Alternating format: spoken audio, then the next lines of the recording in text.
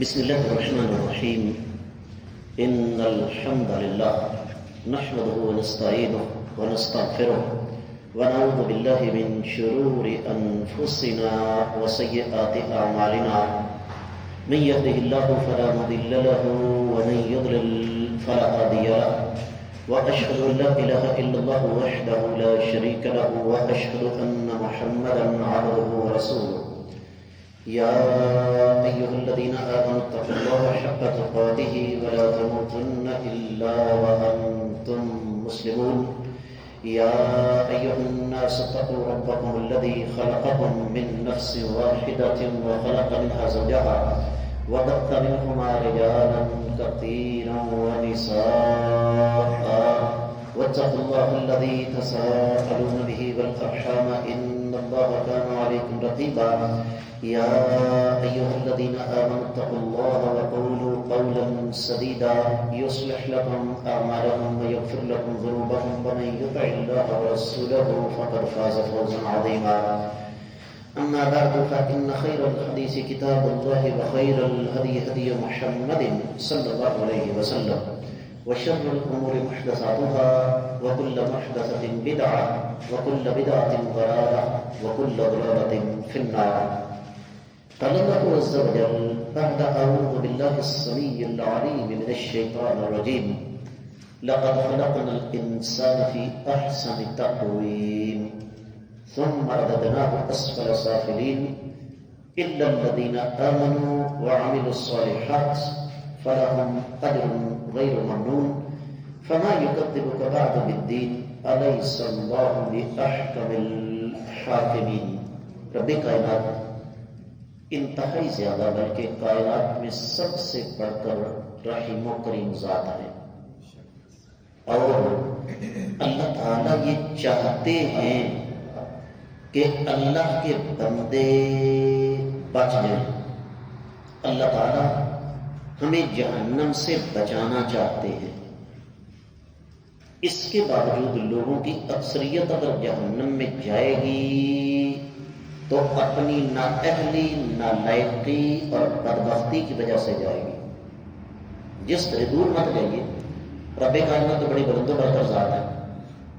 آج کے دور میں آپ نے دیکھا ہوگا کہ اکثر لوگوں کو ہمدردی قابل قبول ہی نہیں ہوتی، جس کا سب سے بڑا ثبوت کیا ہے؟ مسجد کے اندر داخلہ مفت ہے اور خالی پڑی ہوئی ہے. رمضان کا مہینہ ہے، یہاں پر اگر کسی رقاصہ کا مجرا رکھ دیا جائے اور اتنی مہنگائی کے باوجود 5,000 روپیہ ٹکٹ رکھ دیا جائے، اور وہ بھی کھلے آسمان تلے رات کے 2 بجے، اپنی ایمانداری سے بتائیے وہاں پر رش ختم ہو سکتا ہے؟ تو رب کائنات یہ چاہتے ہیں کہ میرے بندے جہنم سے بچ جائیں. اس کے لیے پھر اللہ تعالیٰ نے مختلف طریقہ کار اختیار کیے بندوں کو یہ سمجھانے کے لیے کہ ظالموں، یہ دنیا عارضی ہے، تم نے مستقل طور پر پلٹ کر میرے پاس آنا ہے، اس کی فکر کر لو. اس کے لیے 6 طریقے آپ نے سبق میں سنے کہ اللہ نے مجھے اور آپ کو ان 6 طریقوں سے یہ یقین دلایا کہ آخرت ایک یقینی امر ہے، اس پر کوئی شبہ نہ کرو. آج ہم 7واں اور آخری طریقہ پڑھیں گے، سیکھیں گے، اور اس کے لیے رب کائنات نے مختلف قسم کے واقعات ہمارے سامنے رکھے.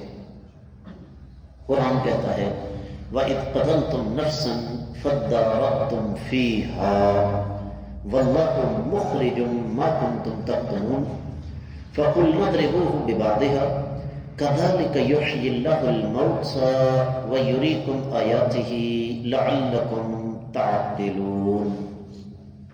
بنی اسرائیل میں سیدنا موسیٰ علیہ السلام کے دور میں ایک بندہ قتل ہو گیا، اور انتا قتل تھا، پتہ نہیں چل رہا تھا کہ اس کا قاتل کون ہے.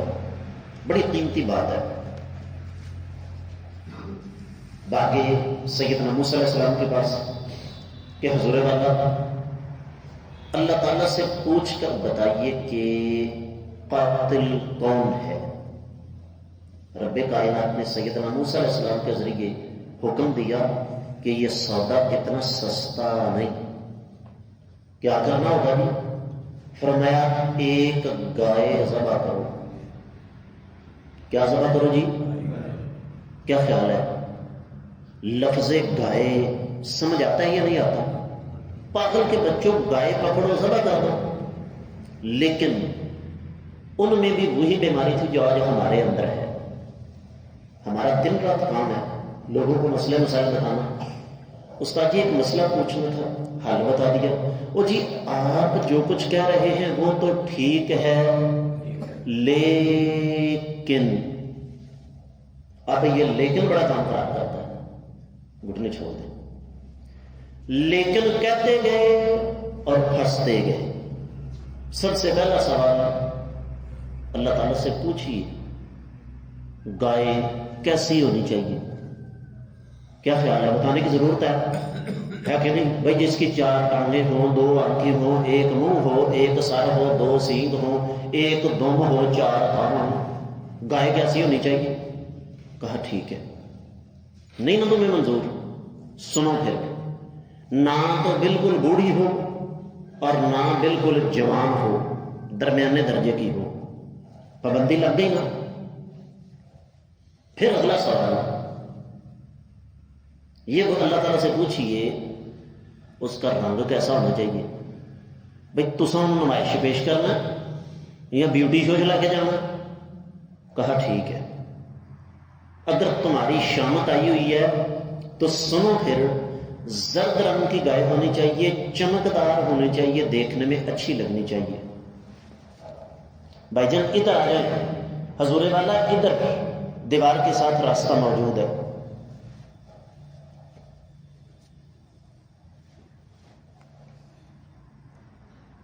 ٹھیک ہے جی، اگلا سوال حضور والا ہمیں اب بھی سمجھ نہیں آئی۔ جٹکی زبان میں اینے چھتر کافی نہیں ہو مارو۔ کہا ٹھیک ہے، وہ گائے نہ تو کھیتی باڑی میں استعمال ہوئی اور نہ ہی کنواں چلانے میں استعمال ہوئی ہو۔ نئی نسل کو کیا پتا رٹ کا کنواں کیا ہوتا تھا؟ اس کی آواز بڑی دلکش ہوتی تھی استاد جی، وہ جو کلی ہوتی تھی اس کی لاٹ، اس کی ٹک ٹک ٹک ٹک، اور چلتا ہوا بیل، اس کے گلے میں بجتی ہوئی گھنٹی، خاص طور پر فجر کی نماز سے پہلے اس کی آواز، اس کا ایک اپنا ہی معاملہ تھا۔ اب لگے گا تلاش کرنے، قرآن نے کیا کہا؟ وَمَا كَادُوا يَفْعَلُونَ۔ اصل بات یہ ہے کہ نیت کے اندر کانوں پڑی ہوئی تھی، اصل چیز یہ ہے کہ وہ یہ کام کرنا نہیں چاہتے تھے۔ وہ کیا کہتے ہیں؟ ہاڈا حرامی تے کجتا ٹھیر۔ لیکن دوسری طرف قاتل کا معاملہ بھی سامنے تھا۔ بڑی مشکل سے گائے تلاش کی، مالک سے کہا اس کو فروخت کرو، کہتا نہیں فروخت کرتا، قیمت لے لو، کہتا نہیں چاہیے کوئی قیمت، بڑی مشکل۔ اس نے کہا ٹھیک ہے، ایک طرف گائے اور ایک طرف سونا۔ اگر پہلی دفعہ جب کہا گیا تھا گائے ذبح کرو تو گائے پکڑتے اور کیا کرتے؟ ذبح کر دیتے۔ جو اصل بات سمجھانا چاہتا ہوں وہ کیا ہے کہ جب گائے ذبح کر لی، ہاں جی اب فرمایا اس کا گوشت مردہ کے اوپر رکھو۔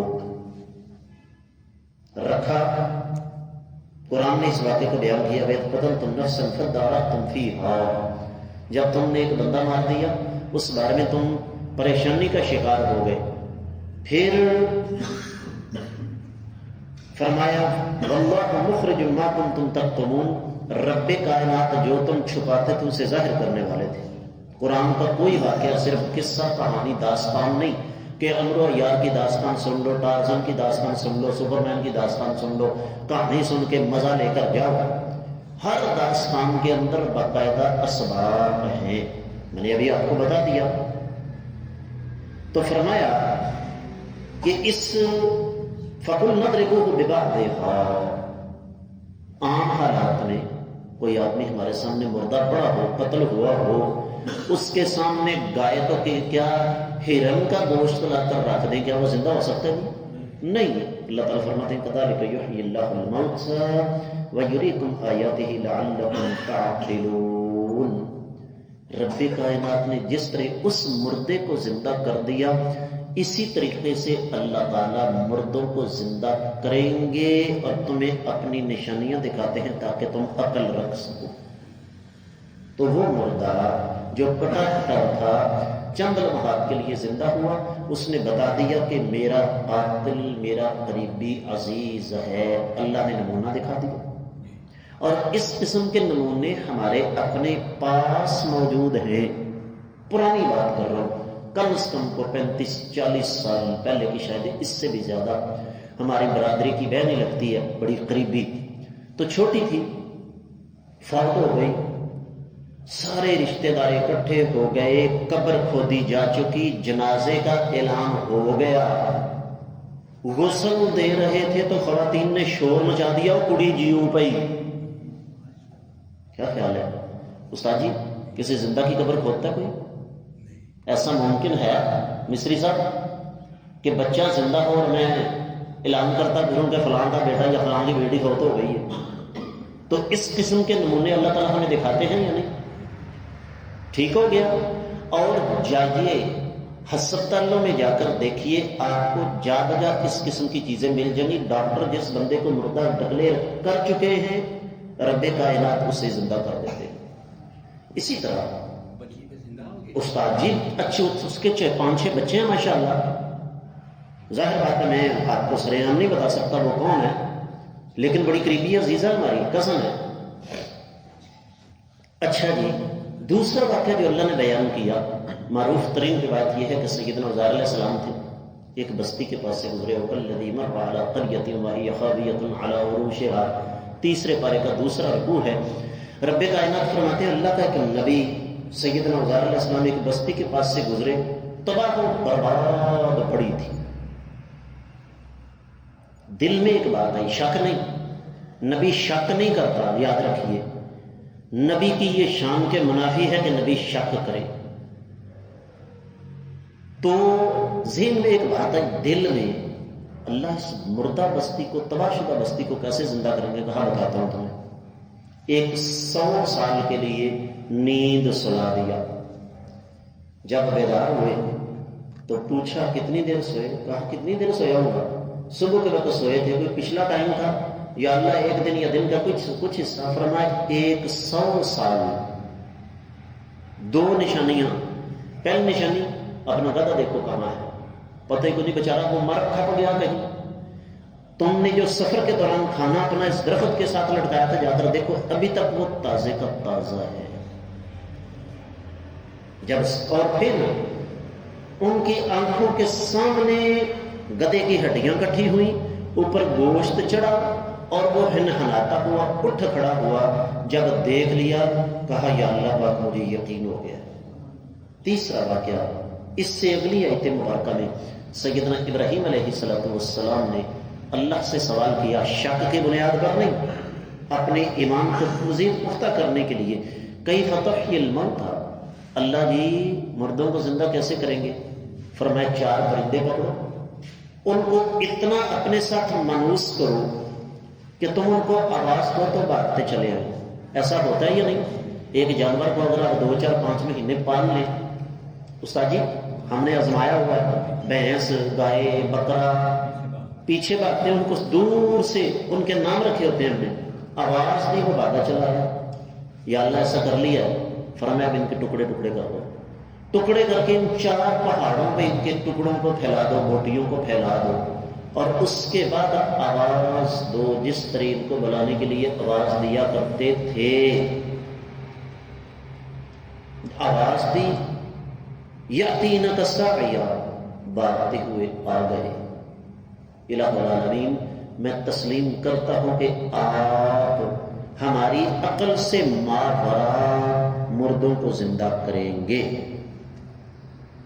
پھر اسی طریقے سے آپ نے بنی اسرائیل کا وہ معروف واقعہ جو کہ حدیث مبارکہ میں موجود ہے، نبی کریم صلی اللہ علیہ وآلہ وسلم نے ارشاد فرمایا کہ ایک آدمی، بلکہ اس سے پہلے میں اصحاب کہف کے واقعے کی طرف اشارہ کرنا چاہوں گا۔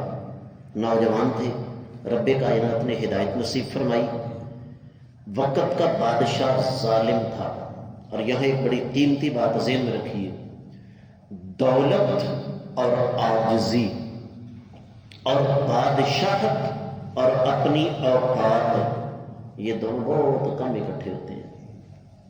اکثر لوگ چار پیسے آ جائیں اپنی اوقات بھول جاتے ہیں، اور اکثر لوگ اقتدار مل جائے تو سب سے پہلا چھرا دینداروں پر چلاتے ہیں۔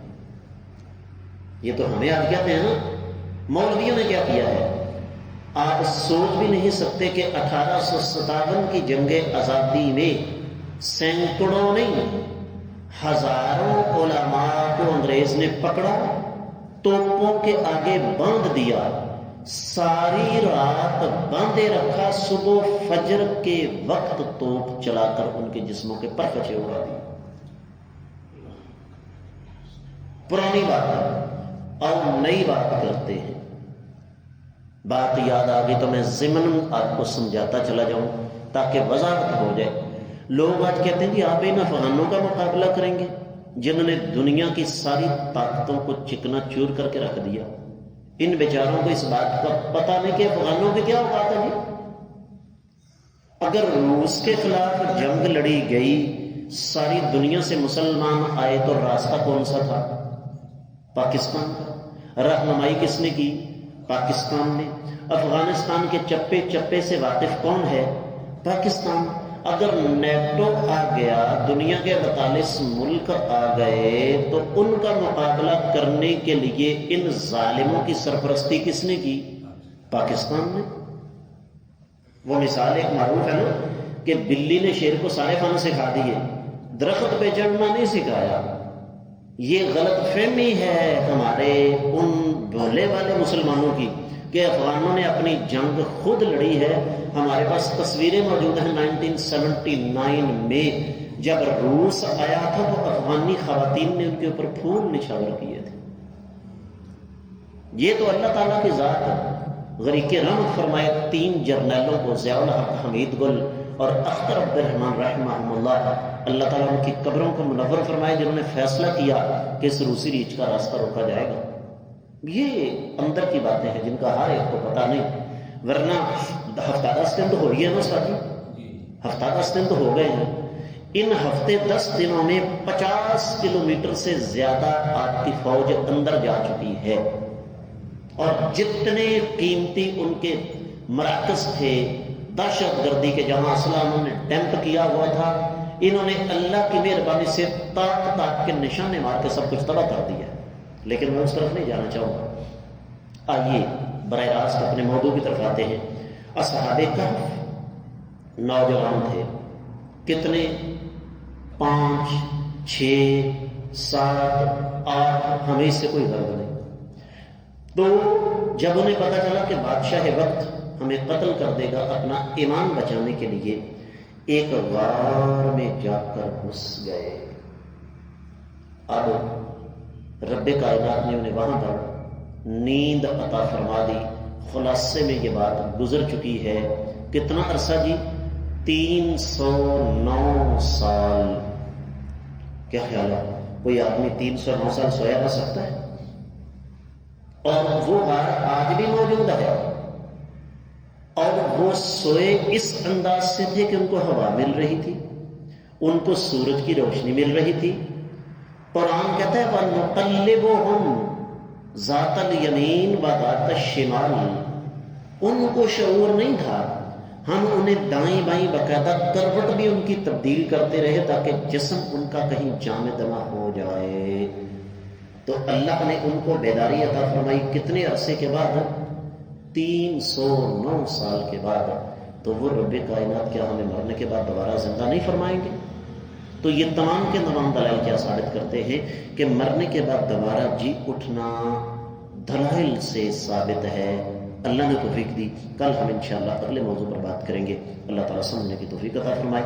وما علی الا البلاغ المبین۔